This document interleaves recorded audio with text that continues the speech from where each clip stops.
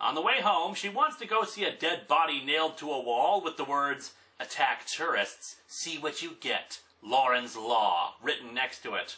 So Lauren, the psychotic jerk from Dying Inside, has become a tyrant of Silent Hill since last we saw her. Who's surprised? Lauren did this, did all of this, turned Silent Hill into an effing greeting card. Yeah, a greeting card with a rotting corpse attached to the wall.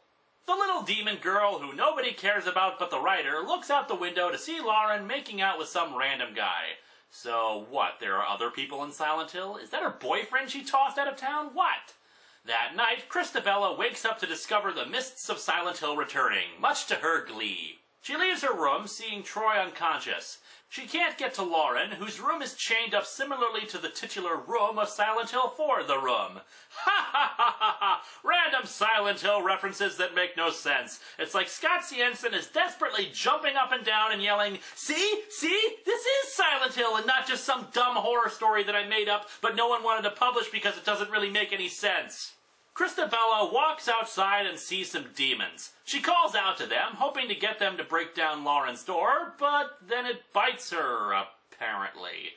I'm only guessing because all we see is this shot from behind with the demon at least 5 feet away, then a shot of Christabella turning her head and yelling that it bit her, and then a shot of her arm. I've got a freaking pulse. Oh? I don't want to be a real girl. Wait a second. This is suggesting that Christabella is alive again and can be hurt?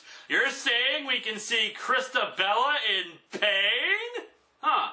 I don't know what it is, but I'm suddenly enjoying the story a lot more. We cut to, 3 silhouettes with intestines hanging out and a guy in a car that's slowly being engulfed by water. Oh, wait, it's a movie, and this is that Kenneth Carter guy they mentioned earlier. Anyway, Ken here is talking to his non-supportive, drug-addled jerk of a girlfriend when his dog comes running up. What is it, Bear? How's the good puppy? Who names their dog Bear? Oh, hi, doggy.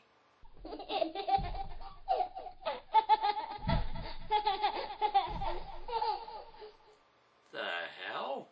Ken also has a series of disturbing paintings, also something straight out of a Lovecraft story. Why does he have them? You never know what's real and what isn't here in Hollywood. In this town, these are like society's restraints all stripped away, but people are stripped bare. Not good, not evil, just instinct. So, our instincts are hideous demonic skulls, breasts in the shape of spirals, and half of our heads cut off. You know, maybe you've spent far too much time in Hollywood. Ken gets a phone call from a private investigator firm that he's hired to find his parents, since he doesn't know who they were. However, they've called him to let him know about Connie's disappearance. And why would this investigation firm that was hunting his parents call him about Connie? He starts packing, and the girlfriend, who was doing lines of coke during the phone call, I can see why he decided to stick with her and not Connie, rants at him about how she's just a bimbo, whereas he only cares about Connie. Then the girlfriend turns into a demonic apparition without a face. We cut back to Christabella, who has beaten some demon dogs with a tire iron. Here's a dumb question. If Christabella can feel pain now, how come that injury to her stomach isn't killing her right now? She runs into an antique store for safety, but instead finds some unseen demonic force. You did some very bad things, Christabella. You opposed the order. You tried to take our god's power as your own. Bad girls get punished. If they're lucky, brats we just dispose of. Ooh, hang on a second. Let me get some popcorn. Wait, let's deal.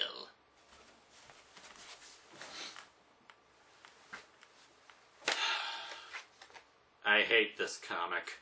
Back at Ken's house of crazy, he's washing his face and trying to convince himself that what we saw wasn't real, but then sees his eyes are bleeding. Only that it's actually just on the mirror. The mirror's bleeding. The walls are meat. The world is meat. Hey, finally something Silent Hill-esque disturbing. Let's see how we can ruin it by not making any sense. All of a sudden, there's this thing made out of meat and tentacles that's vaguely humanoid.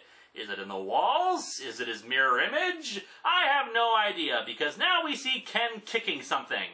I think the implication is that he kicked his mirror and went straight through it. Why does he have a big space behind his mirror? We're all just meat in this town. Hey, F-Face, ever wonder if a glass dagger could cut your head clean off? What? No, I never wondered that. Why would I?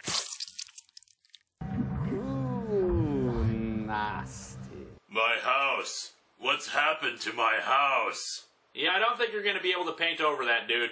All of his paintings have vanished, replaced with bright white lights. His dog leaps through one of them as if it was a portal, and a woman appears walking up to him. Jess? Lenora! But this, all this...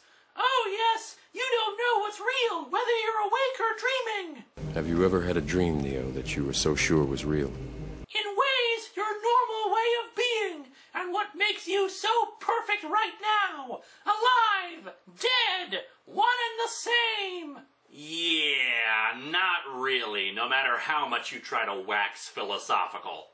You want to find your darling Connie, don't you? The one bit of truth you've ever known in a world of lies. You know, if this was actually anything like Silent Hill, the next 4 issues would be Ken walking around town asking, have you seen a girl around here somewhere? She's about this tall. Anyway, Lenora tells him that something new is coming to make the world bleed, and she's its messenger, and that the one she works for has a part for him to play.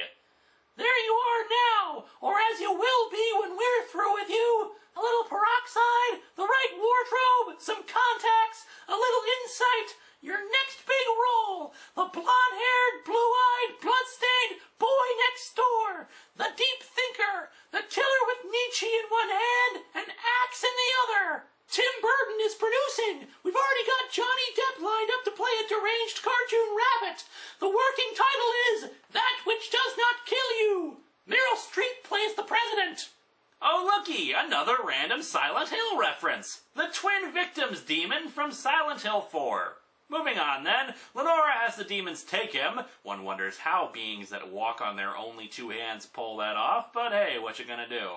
And so our comic ends with Ken suddenly finding himself in Silent Hill, where Christabella pretends to be an innocent little girl asking for his help, plus a bunny doll to hide the big stomach wound on her that's still there for some reason. And her eye is bleeding just like Lenora's, and let's try to explain that, shall we?